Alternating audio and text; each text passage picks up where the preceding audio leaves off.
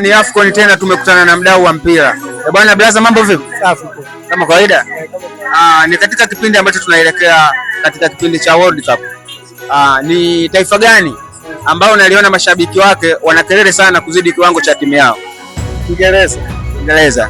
Na kwa nini Uingereza? Uingereza ndio wana makelele sana na kujiamini kiasi kikubwa, lakini uwezo wao sio kubwa wanavyofikiria wao.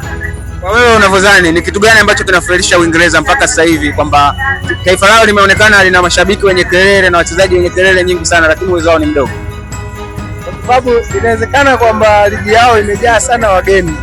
Kwa hiyo wageni wanaperform sana kuliko wenyeji. Kwa hiyo hata ikija kwenye kombe la dunia, kwenye timu ya taifa, wenyeji wazao wanakuwa wapo wachache ambao wanajiweza zaidi, wageni wanakuwa wengi na wageni wanarudi kwenye mataifa yao. Ni mchezaji gani ambaye ni wa Uingereza kwamba ukimweka katika taifa lako ambalo wewe unalishabikia anaweza akakupa kitu kikubwa sana? Bukayo Saka.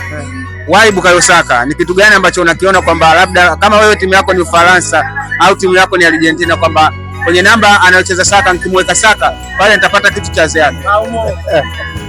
Mimi nimemkubali Saka, ndio maana naona hata kwenye taifa ambaye nalishabikia, kwa sababu mimi ni Tanzania lakini nchi yangu haijashiriki, lakini taifa ambaye nalishabikia nikimweka naona anaweza kunipa kitu. Ni taifa gani hilo mpaka uone Bukayo Saka anaweza kafiti kwa kombe la dunia? Nchi ambaye nashabikia Argentina. Kwa hiyo unataka kusema ile namba ambayo anacheza Bukayo Saka hamna mtu ambaye mwenye uwezo kumzidi Bukayo Saka? Hata kama anakuwepo lakini anafaa kuwa msaidizi. Basi tuseme shukrani Blaza. Tukutakia time njema. Ni kipindi cha World Cup. Angalia sana. Have a good time.